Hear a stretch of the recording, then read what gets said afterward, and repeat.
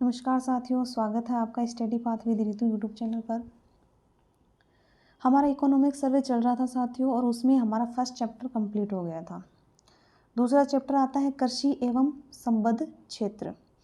कृषि एवं संबद्ध जो क्षेत्र है, इकोनॉमिक सर्वे में क्या है कि भाई जो दे रखा है वो तो बहुत ही इम्पोर्टेंट है, उसके अलावा जो जानकारी मिलती है वो आप देख लेंगे। तो कृषि एवं संबद्ध क्षेत्र जो है, इसमें क्या बता रखा है कि सकल राज्य मूल्यवर्धन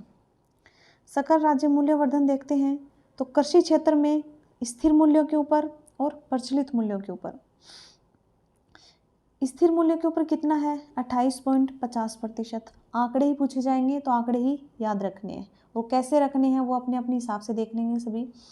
कि स्थिर मूल्यों के ऊपर जो है ये कितना है? 28.50% है, और प्रचलित मूल्यों पर कितना है? 28.95% है। कृषि क्षेत्र के जो 4 उपक्षेत्र आते हैं, पशुधन आता है, फसल आती है, वानिकी आता है और मत्स्य आता है। कृषि क्षेत्र के जो 4 उपक्षेत्र होते हैं, इनका कितना कितना प्रतिशत आता है?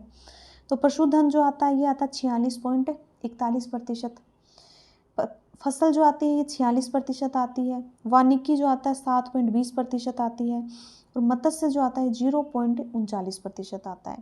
इसमें अगर वृद्धि देखें, पिछले वर्ष के मुकाबले जो इसमें वृद्धि देखते हैं तो इसमें 3.91% की वृद्धि, इसमें 6.39% की वृद्धि, इसमें 5.18% की वृद्धि, और इसमें आती है 17.65% की वृद्धि हुई है पिछले वर्ष के मुकाबले।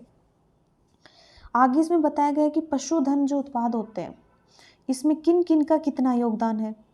तो पशुधन जो आते हैं इसमें दूध देखो, दूध आता है 82.62%, यानी कि इस पशुधन के मामले में दूध जो है उसका योगदान देखो 82.62%।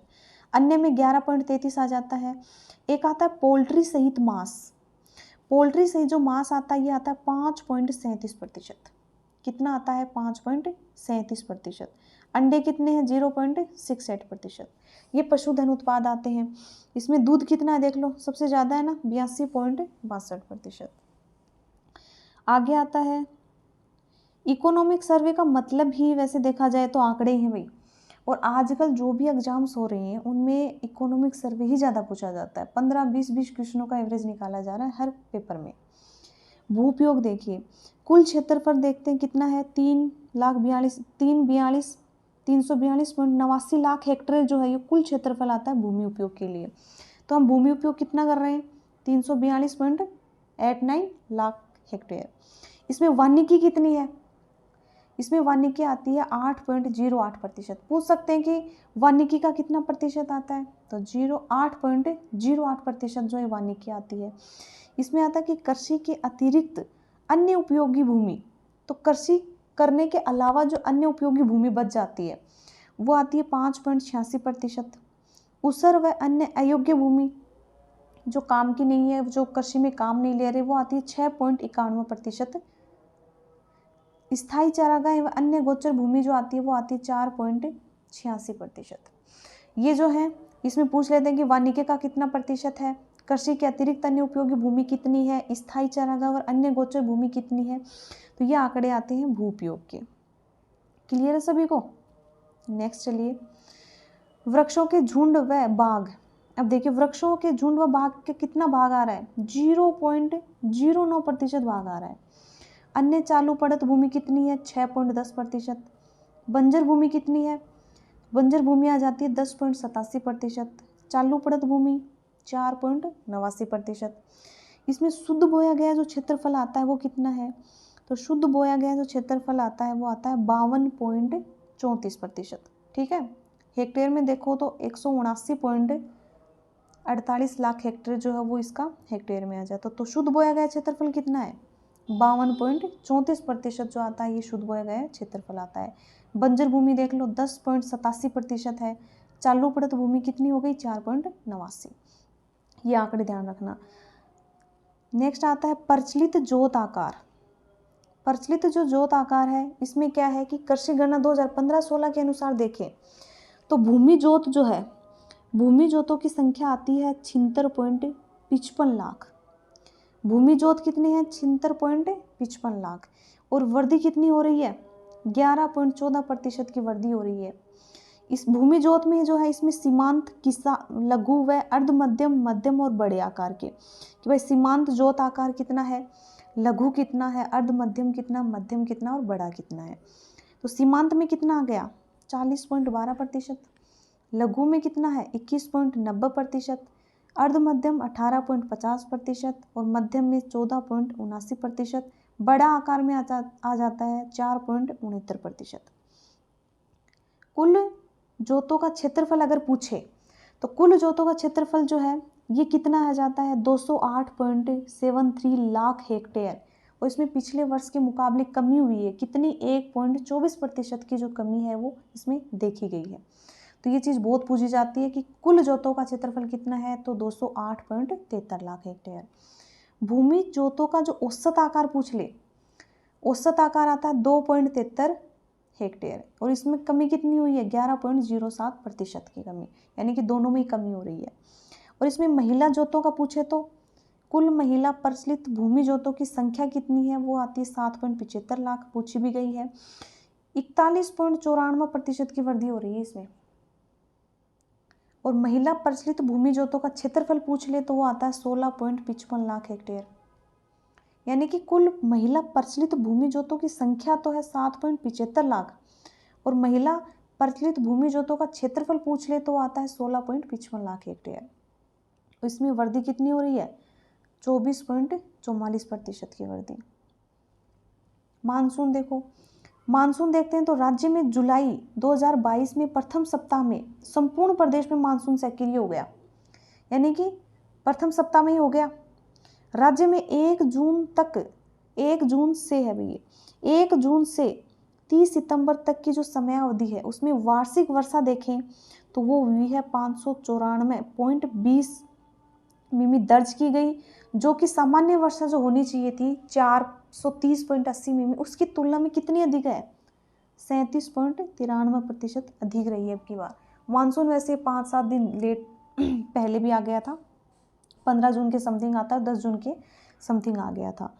कृषि उत्पादन देख रहे हैं, कृषि उत्पादन में देखते हैं कि वर्ष 2022-23 के आंकड़े, खाद्यान्न उत्पादन कितना रहा, खाद्यान्न उत्पादन टोटल रहा 253.99 लाख मीट्रिक टन जो है ये टोटल खाद्यान्न उत्पादन रहा। खरीफ, इसमें खाद्यान्न उत्पादन में खरीफ कितना रहा, खरीफ जो है वो रहा 97.98 लाख मीट्रिक टन। रबी कितना रहा तो 156.01 लाख मीट्रिक टन जो है ये रबी रहा, याद रख लेना इनको। अनाज कितना रहा तो 206.57, तिलहन कितना है 99.78 लाख मीट्रिक टन जो आता है ये तिलहन आता है।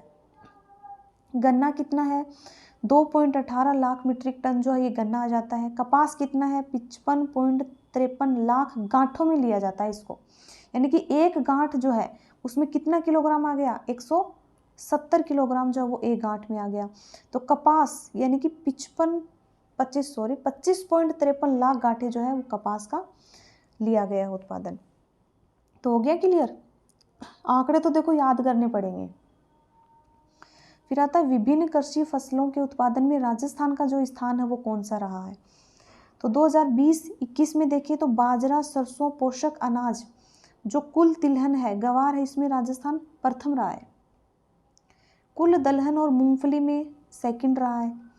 चना, जवार, सोयाबीन में तीसरा रहा है, यानी कि फर्स्ट किस में रहा है, बाजरे में तो रहता ही है, बाजरा, सरसों, पोषक अनाज जो कुल तिलहन रहा है, गवार राइस में फर्स्ट रहा है।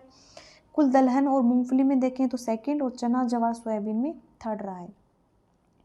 देश के कुल उत्पादन का राजस्थान में अगर उत्पादन देखते हैं तो बाजरा कितना हो रहा है 41.71% जो है वो बाजरा।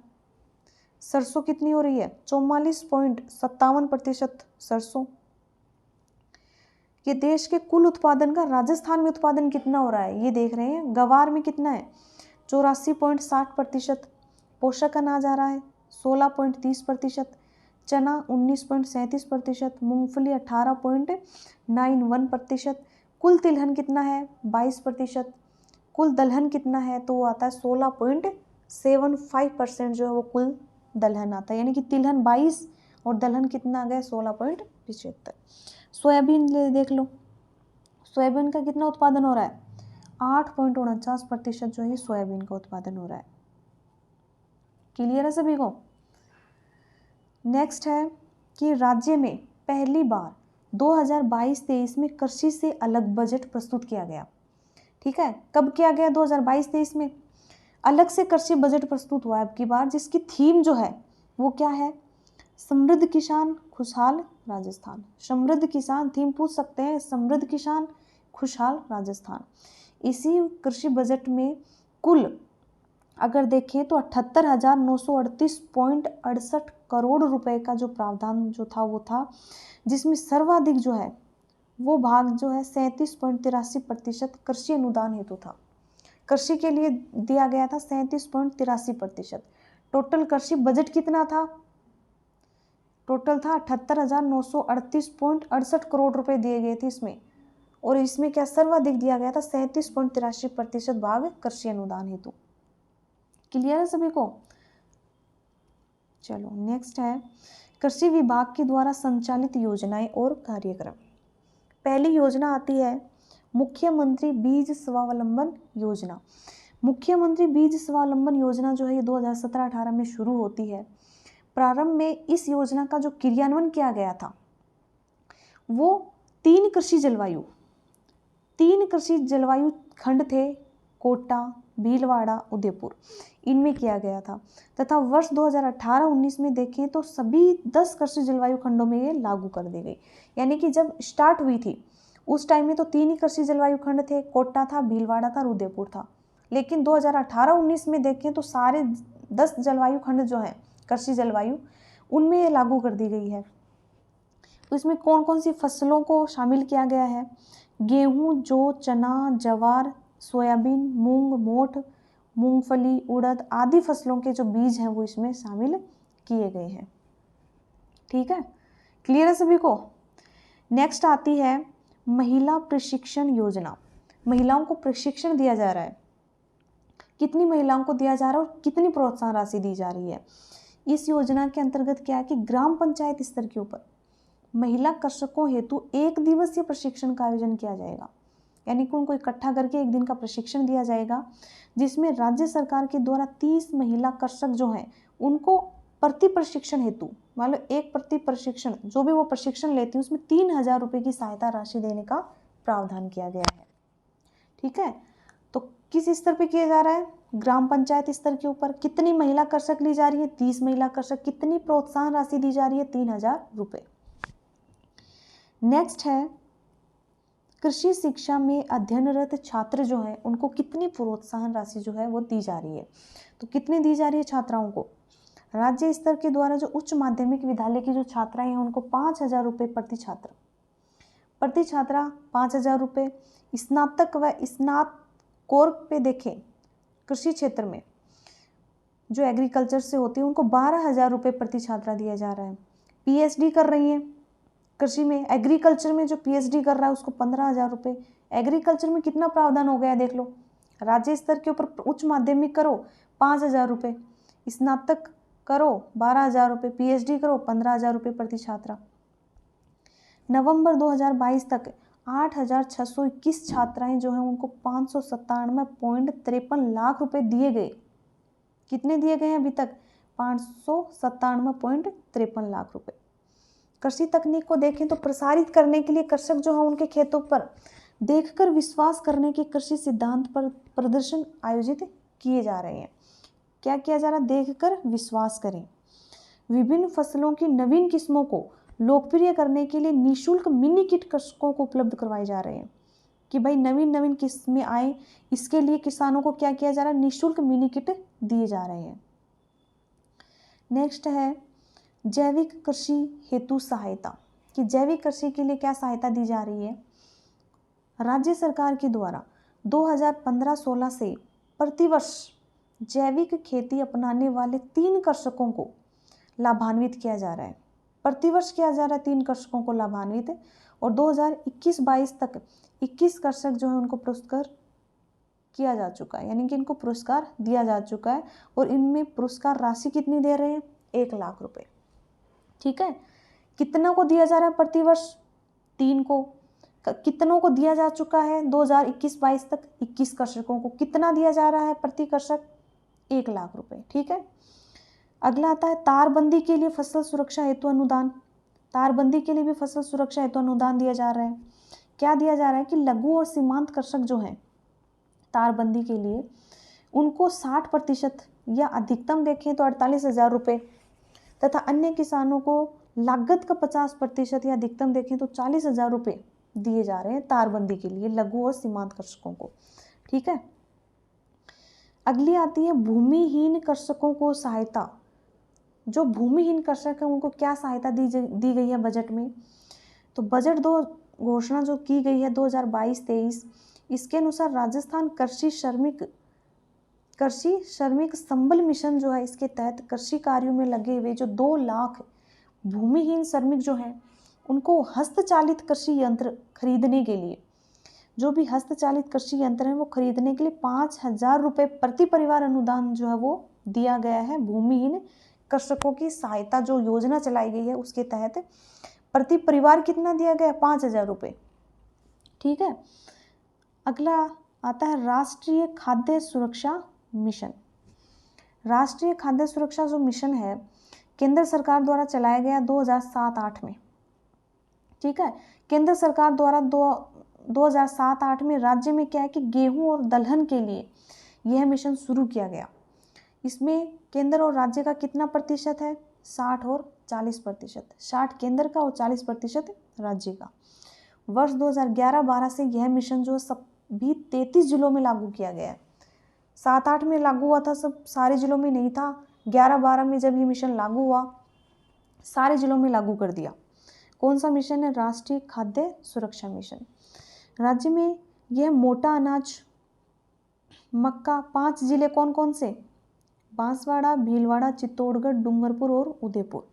तथा मोटा अनाज जो है, मोटा अनाज जो 7 जिलों में, यानी कि मोटा अनाज मक्का जो वो 5 जिलों में, और मोटा अनाज जो देखें तो 7 जिलों में कौन कौन से? अजमेर, भीलवाड़ा, हनुमानगढ़, जयपुर, नागौर, गंगानगर, सीकर में क्रियान्वित किया जा रहा है।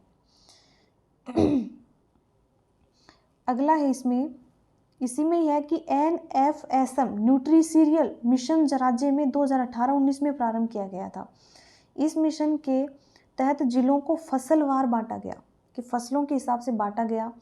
जवार के लिए 10 जिलों व बाजरा फसल हेतु 21 जिलों को इसमें शामिल किया गया। राष्ट्रीय खाद्य सुरक्षा मिशन वर्ष 2022-23 के अंतर्गत देखते हैं तो 85.25 करोड़ रुपए के प्रावधान में से नवंबर 2022 तक देखें तो 3.92 करोड़ रुपए व्यय किए जा चुके हैं।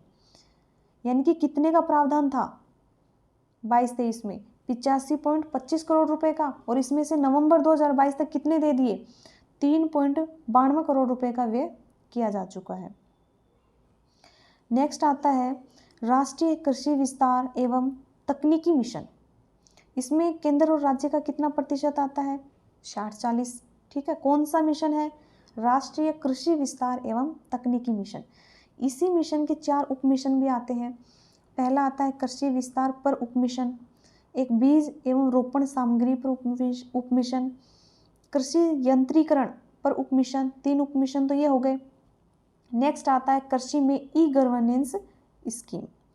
ये इसके 4 क्या आ रहे हैं? उप मिशन आ रहे हैं राष्ट्रीय कृषि विस्तार एवं तकनीकी मिशन के। केंद्र राज्य का कितना प्रतिशत है? केंद्र और राज्य 60-40 का। 4 उप मिशन है, कृषि विस्तार पर उप मिशन, बीज एवं रोपण सामग्री पर उप मिशन, कृषि यंत्रीकरण और एक कृषि में ई-गवर्नेंस स्कीम। इसमें 4 उप मिशन पूछ सकते हैं कि राष्ट्रीय कृषि एवं तकनीकी मिशन जो है इसके तहत कितने उप मिशन हैं? 4 हैं। चलो नेक्स्ट है, ज़्यादा फास्ट तो नहीं हो रहा ना। अगली आती है राष्ट्रीय टिकाऊ खेती मिशन। राष्ट्रीय टिकाऊ खेती मिशन जो है इसमें केंद्र और राज्य का कितना हिस्सा आता है? इसमें आता है 60 और 40 का। इसके भी 4 सब मिशन है। कौन कौन से? एक तो वर्षा आधारित क्षेत्र विकास, एक मृदा स्वास्थ्य प्रबंधन एवं मृदा स्वास्थ्य कार्ड, एक आता कृषि वानिकी पर उप मिशन, एक आता परंपरागत कृषि विकास योजना। ये राष्ट्रीय टिकाऊ खेती मिशन जो है केंद्र राज्य का 60-40 है, 4 सब मिशन है इसके तहत। ठीक है। नेक्स्ट आती है राष्ट्रीय कृषि विकास योजना। राष्ट्रीय कृषि विकास योजना जो है वो 2007-8 में शुरू होती है और इसमें केंद्र और राज्य का कितना आता है, 60 और 40%। अगली आती है पीएम कृषि सिंचाई योजना। जो पीएम कृषि सिंचाई योजना है इसका नोडल विभाग कौन सा है, उद्यानिकी विभाग। कोई सोचे तो कृषि विभाग, भाई पीएम कृषि सिंचाई योजना तो कृषि विभाग होगा, नहीं, इसका नोडल विभाग आता है उद्यानिकी विभाग। केंद्र और राज्य का कितना है, 60-40। वर्ष 2022-23 में देखते हैं तो 90 करोड़ रुपए के प्रावधान में से 12.41 करोड़ रुपए व्यय किए जा चुके हैं। 90 करोड़ का प्रावधान था, कितने खर्च हो गए हैं अभी तक, 12.41 करोड़ रुपए। नेक्स्ट आती है प्रधानमंत्री फसल बीमा योजना। प्रधानमंत्री फसल बीमा योजना जो है वो 2016 में स्टार्ट होती है। इसमें प्रीमियम राशि क्या है, खरीफ फसल है उसके ऊपर 2% है, रबी की फसल के ऊपर 1.5%, वाणिज्यिक जो भी बागवानी फसलें हैं उस पर 5%, ये प्रीमियम राशि है। तो इसमें प्रीमियम राशि ही पूछी जाती है कि खरीफ की फसल पर कितनी है, 2%, रबी की फसल पर कितनी है, 1.5%, वाणिज्यिक और बागवानी के ऊपर कितनी है, 5%। तो हो गया क्लियर, प्रधानमंत्री फसल बीमा योजना। नेक्स्ट आता है राष्ट्रीय बागवानी मिशन। राष्ट्रीय बागवानी जो मिशन है 2005-6 में शुरू होता है। राजस्थान के 24 जिले इसमें शामिल किए गए हैं। अब 24 जिलों के नाम लिखें तो काफ़ी बड़ा हो जाएगा, अब ये देख लेते हैं इसमें शामिल कौन से नहीं है, ठीक है। तो राष्ट्रीय बागवानी मिशन 2005-6 चूरू, सीकर, हनुमानगढ़, भरतपुर, धौलपुर, प्रतापगढ़, दौसा, बीकानेर, राजसमंद इसमें शामिल नहीं है। तो ऐसे पूछ सकते हैं कि कितने जिले शामिल नहीं है, तो कौन कौन से शामिल नहीं है, नाम याद रख लेना। सौर ऊर्जा आधारित पंप परियोजना, पीएम कुसुम योजना कंपोनेंट बी। तो ये योजना जो है बहुत इंपॉर्टेंट है, भाई ध्यान से देख लेना कि सौर ऊर्जा आधारित पंप परियोजना जैसे पीएम कुसुम योजना कंपोनेंट बी। इस योजना के तहत क्या है कि 3 HP से 10 HP तक के सौर ऊर्जा संयंत्रों की स्थापना के लिए अनुदान दे है। इसमें केंद्र और राज्य का कितना है, केंद्र और राज्य है 30-30 और बच गया वो कौन देगा, कृषक देगा। भाई इसमें केंद्र दे रहा है 30%, तो 30% राज्य दे रहा है, यानी कि 60% है। 40% इसमें जो है वो कृषक के खुद के लगते हैं, जो भी पंप सेट लगाते हैं ना सौर ऊर्जा वाले खेतों में, उसके लिए 60% तो जो है वो तो केंद्र राज्य दे रहा है और 40% खुद को लगाने पड़ते हैं। अगली आती है राजीव गांधी कृषक साथी सहायता योजना। तो राजीव गांधी कृषक साथी सहायता योजना जो है ये 9 दिसंबर 2009 को शुरू हुई थी। कृषकों, खेतीहर मजदूरों की कार्य के दौरान दुर्घटना होने पर 50,000 रुपये व मृत्यु होने पर 2 लाख रुपए की आर्थिक सहायता जो है वो इसमें दी जाती है। तो कितनी दी जाती है, दुर्घटना हो गई तो 50,000 रुपये और अगर कृषक की मृत्यु हो गई तो 2 लाख रुपए की आर्थिक सहायता। नेक्स्ट आती है महात्मा ज्योतिबा फूले मंडी श्रमिक कल्याण योजना। ये योजना जो है काफ़ी पूछी जाती है, भाई 2015 में शुरू हुई थी। महिला जो श्रमिक हैं उनको 2 प्रसूति अवधि के लिए 45 दिन की मजदूरी समतुल्य सहायता राशि, ठीक है। महिला श्रमिक जो है उसको स्वयं के विवाह हेतु 50,000 रुपये व पुरुष या महिला श्रमिक को अपनी पुत्री के विवाह के लिए अधिकतम 2 पुत्रियों के लिए 50,000 रुपये की आर्थिक सहायता दी जाती है। श्रमिक के पुत्र व पुत्री को 60% से अधिक लाने के ऊपर छात्रवृत्ति दी जाती है। गंभीर बीमारी के लिए अधिकतम 20,000 रुपये की सहायता और पुरुष श्रमिक जो है उसको 2 प्रसूति अवधि के लिए 15 दिन की मजदूरी अकुशल श्रमिक के रूप में, ठीक है, कि 15 दिन की अगर वो छुट्टी भी चला जाएगा तो उसको श्रमिक के रूप में मजदूरी मिलती रहेगी। तो पुरुष श्रमिक जो उसको 2 प्रसूति अवधि के लिए 15 दिन की मजदूरी अकुशल श्रमिक के रूप में दी जाएगी। तो हो गया क्लियर। चलो नेक्स्ट है कृषक उपहार योजना। कृषक उपहार योजना जो आती है ये कृषि उपज का अधिकतम मूल्य प्रदान करने के लिए ई नाम पोर्टल 1 जनवरी 2022 को शुरू किया गया कि कृषक उपहार योजना जो है इसमें कृषि का उपज का अधिकतम मूल्य प्रदान करने के लिए ई नाम पोर्टल शुरू किया गया 1 जनवरी 2022 से। इस पोर्टल के माध्यम से उपज बेचने वाले जो भी कूपन लॉटरी सिस्टम जो है वो उपहार में दिए जा रहे हैं कि भाई अपनी उपज बेचने वाले जो हैं उनको कूपन और लॉटरी सिस्टम उपहार में दिए जा रहे हैं। इसमें कृषक उपहार योजना गिफ्ट दिए जा रहे हैं इनको।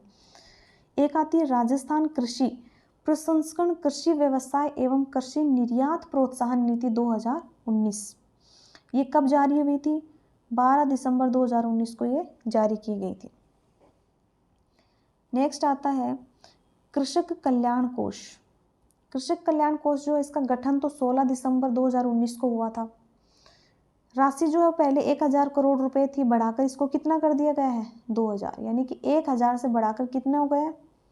2000 करोड़ रुपए जो कृषक कल्याण कोष बढ़ा दिया गया है। कब गठन कब हुआ था? 16 दिसंबर 2019 को। नेक्स्ट है जल संसाधन। वर्ष 2022-23 में देखें तो 8 वृहद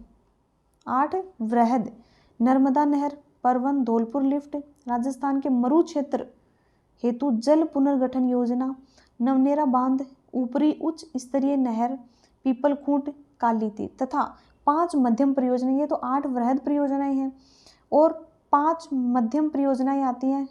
एक तो आती है गरदड़ा, तकली, गागरोन, लहासी और हथियादेह तथा 41 लघु सिंचाई परियोजनाओं का कार्य जो है वो प्रगति के ऊपर है। जल संसाधन में बताया गया है ये कि 8 तो वृहद है, 5 मध्यम है और 41 लघु सिंचाई परियोजनाएं जो है इनका कार्य चल रहा है।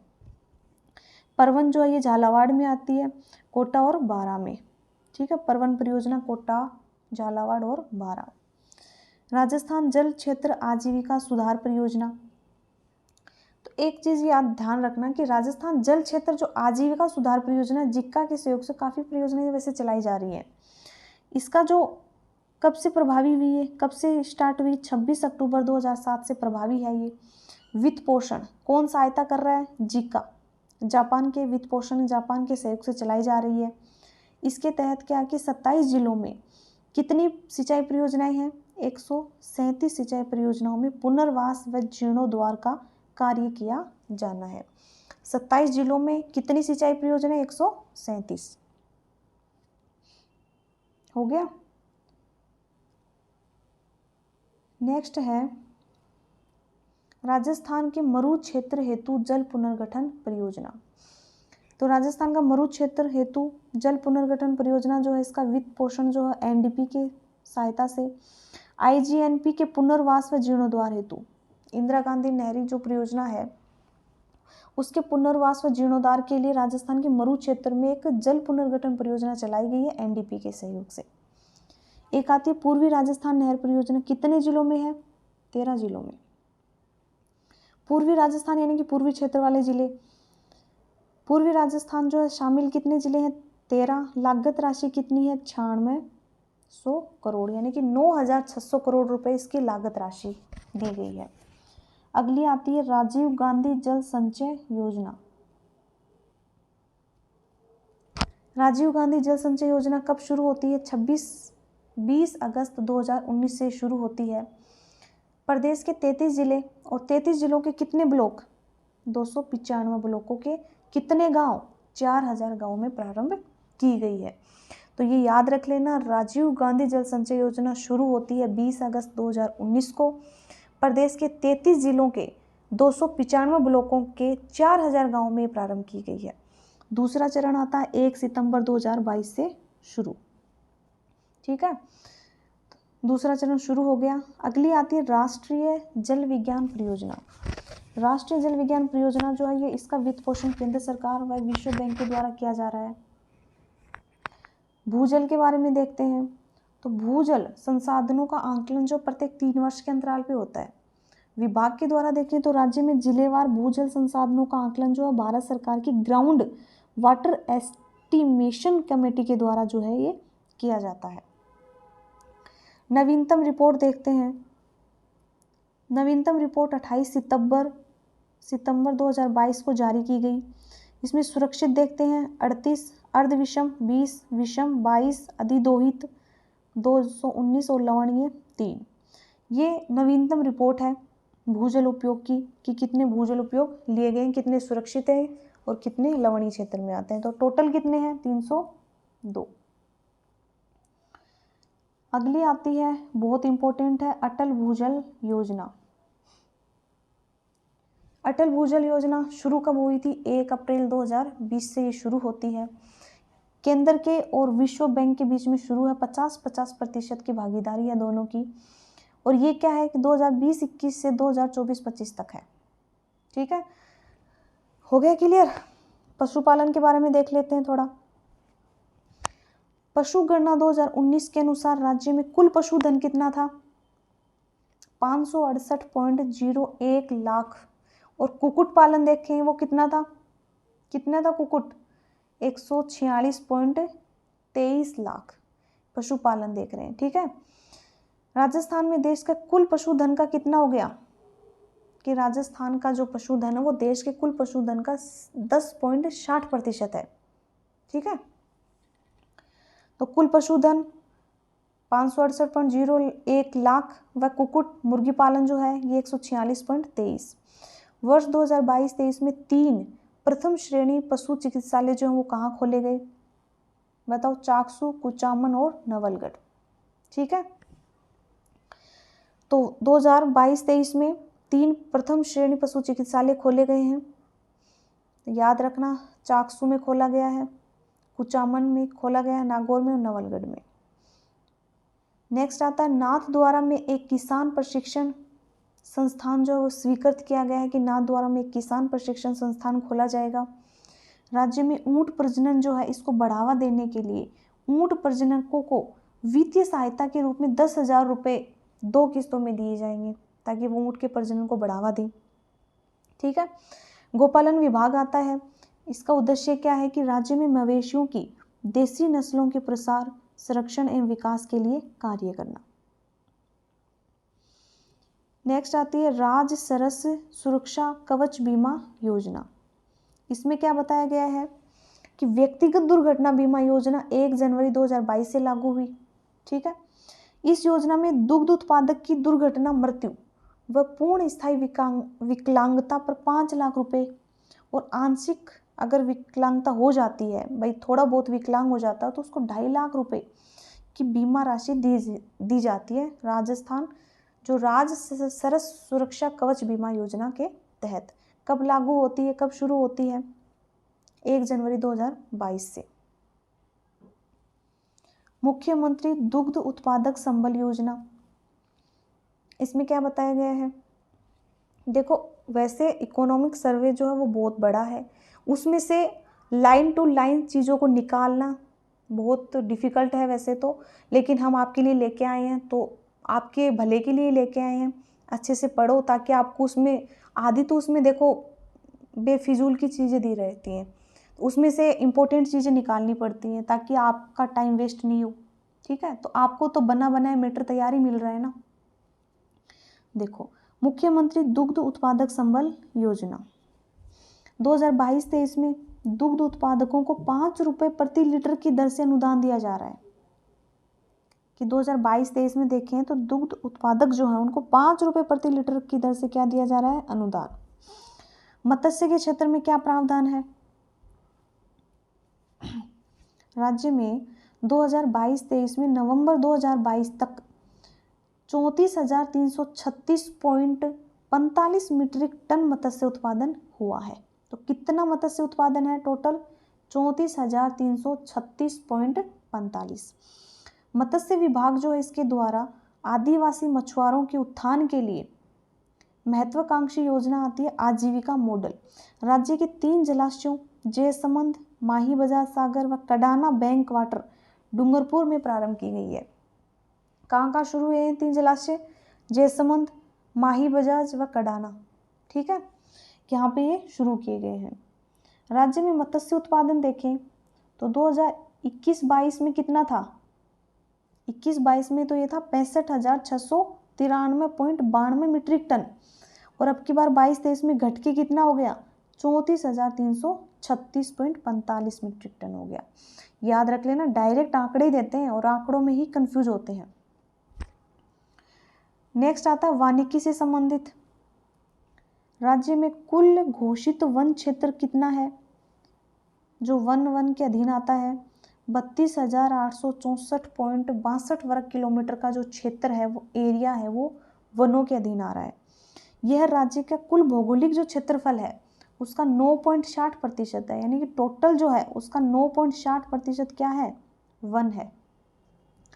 और इसमें भी क्या है कि वन आच्छादित क्षेत्र कितना है? 4.87%। ठीक है, वानिकी के अधीन 9.60% क्षेत्र आता है और इसमें से वनों से आच्छादित क्षेत्र कितना है? 4.87%। एक आती है घर घर औषधि योजना, बहुत इंपॉर्टेंट है भैया। इसमें क्या है कि 4 पौधे हैं, देखे ना, तुलसी के, गिलोय तो खूब पिया होगा कोविड में। तुलसी, गिलोय, अश्वगंधा, कालमे के 2-2 किट दिए जा रहे हैं इसमें।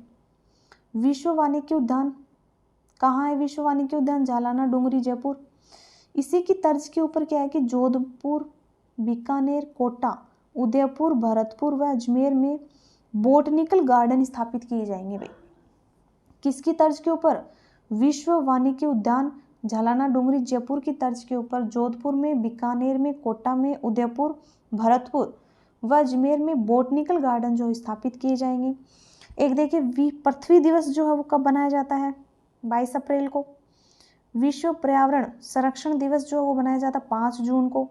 विश्व ओजोन दिवस बनाया जाता है 16 सितंबर को। क्लियर है सभी को? चलो नेक्स्ट देखते हैं सहकारिता के क्षेत्र में। वर्तमान में सहकारिता क्षेत्र में शीर्ष स्तर पे देखें तो 29 केंद्रीय सहकारी बैंक, ठीक है, 24 दुग्ध संघ है, 38 उपभोक्ता थोक भंडार है, 36 प्राथमिक भूमि विकास बैंक है। डायरेक्ट पूछते हैं कि कितने प्राथमिक भूमि विकास बैंक हैं? 36। उपभोक्ता थोक भंडार कितने हैं? 38। दुग्ध संघ कितने हैं? 24।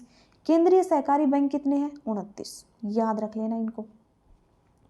राज्य में 22 संघों सहित 38,950 सहकारी समितियां पंजीकृत हैं। कितनी सहकारी समितियां हैं?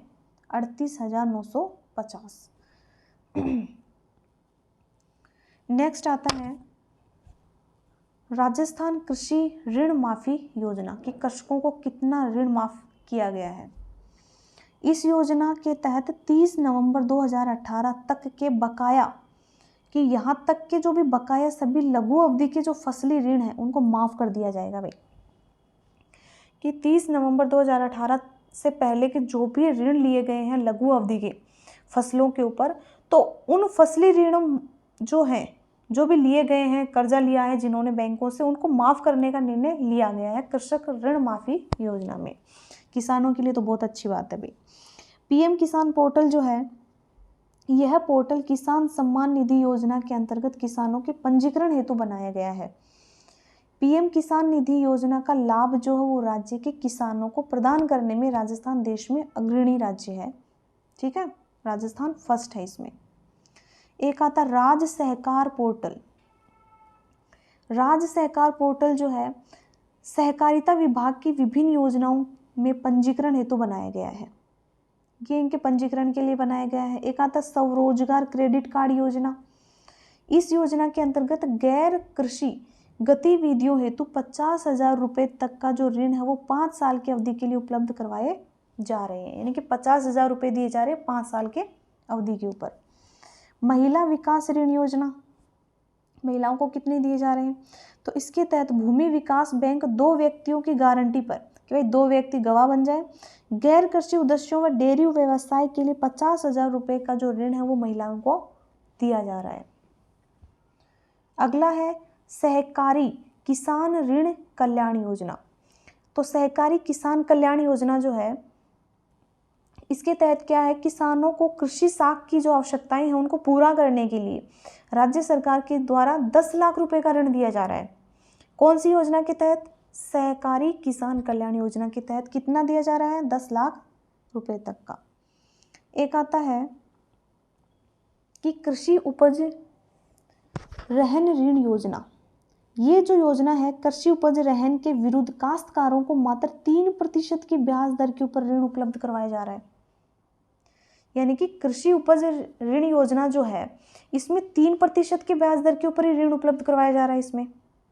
एक आती है अर्बन कोऑपरेटिव योजना, ये थोड़ा देखना पड़ेगा भाई कि भाई रहन है या क्या नाम है, कृषि उपज रहन ऋण योजना, इसमें याद रख लेना 3% जो है ब्याज ऋण दर के ऊपर ऋण उपलब्ध करवाया जा रहा है काश्तकारों को। एक आता अर्बन कोऑपरेटिव बैंक, कितने हैं कोऑपरेटिव बैंक राज्य में अर्बन क्षेत्र में, तो ये आते हैं 37 अर्बन कोऑपरेटिव बैंक जो हैं वो अर्बन क्षेत्र में कार्यरत हैं। एक आता है जन औषधि केंद्र, जन औषधि केंद्र, पीएम जन औषधि केंद्र परियोजना जो है इसके अंतर्गत कॉनफेड के द्वारा 200 जन औषधि केंद्रों की स्थापना की जाएगी। कितने औषधि केंद्र हैं? 200। और वर्तमान में अगर देखें तो उदयपुर, जोधपुर, झुंझुनू, डूंगरपुर जिलों में थोक उपभोक्ता भंडार और जयपुर में कॉनफेड द्वारा संचालित किए जा रहे हैं। 200 जन औषधि केंद्रों की स्थापना होगी और वर्तमान में यहाँ चल रहे हैं। सहकारी राष्ट्रीय सहकार व्यापार एवं मसाला मेला 2022, इस वर्ष राष्ट्रीय सहकार मसाला मेला जो है 30 अप्रैल 2022 से 9 मई 2022 तक जवाहर कला केंद्र जयपुर में आयोजित किया गया। कहाँ आयोजित हुआ है आपकी बात? राष्ट्रीय सहकार व्यापार एवं मसाला मेला ये हुआ है जवाहर कला केंद्र जयपुर में आयोजित हुआ है। कब से कब तक है? 30 अप्रैल से 9 मई को आयोजित हुआ था ये। एक आता है दीपोत्सव मेला, दीपोत्सव जो मेला है 2022, इसका आयोजन जो 15 अक्टूबर से 24 अक्टूबर 2022 के मध्य हुआ। दीपोत्सव मेला कहाँ हुआ? कॉनफेड के द्वारा जयपुर में दीपोत्सव मेला। तो याद रख लेना दीपोत्सव मेला 2022 का आयोजन कहाँ किया गया? जयपुर में। किसके सहयोग से? कॉनफेड के। कब से कब तक? 15 अक्टूबर से 24 अक्टूबर के बीच 2022 में। सहकारी आवास योजना, सहकारी आवास योजना जो है इसके अंतर्गत गृह निर्माण समितियों, प्राथमिक कृषि साख सहकारी समितियों के सदस्यों को आवास निर्माण हेतु 20 लाख रुपए तक का जो ऋण है वो 15 वर्ष की अवधि के लिए, मान लो 15 वर्ष की अवधि के लिए आवास बनाने हेतु दिया जा रहा है कि भाई 15 साल के लिए दिया जा रहा है आपको 20 लाख रुपए तक का ऋण। तथा बेबी ब्लैंकेट योजना जो है 1998, उसके तहत निर्मित भवन जो है उनके रख रखाव व मरम्मत हेतु 7 लाख रुपए तक का जो ऋण है वो 7 वर्ष की अवधि के लिए उपलब्ध करवाया जा रहा है। यानी कि 20 लाख रुपए तक का ऋण 15 वर्ष की अवधि के लिए, और बेबी ब्लैंकेट योजना जो है इसके तहत 7 लाख रुपए भवनों के मरम्मत और निर्माण के लिए, उसके रख रखाव के लिए 7 लाख रुपए का जो ऋण है वो 7 वर्ष की अवधि के लिए उपलब्ध करवाया जा रहा है। तो ये हो गई हमारी सहकारी आवास योजना। ये हमारा दूसरा चैप्टर था भाई, बहुत ही इम्पोर्टेंट है, याद रख लेना इस चीज़ को। आंकड़े देखो याद करने पड़ेंगे, इसमें जो भी योजनाएं थी वो हमने करवा दी हैं आपको। और आज आपको जो ये चैप्टर है ये कैसा लगा, इकोनॉमिक सर्वे पढ़कर कैसा लग रहा है ये बताना हमें। और आज के लिए धन्यवाद, मिलते हैं नेक्स्ट सेशन में।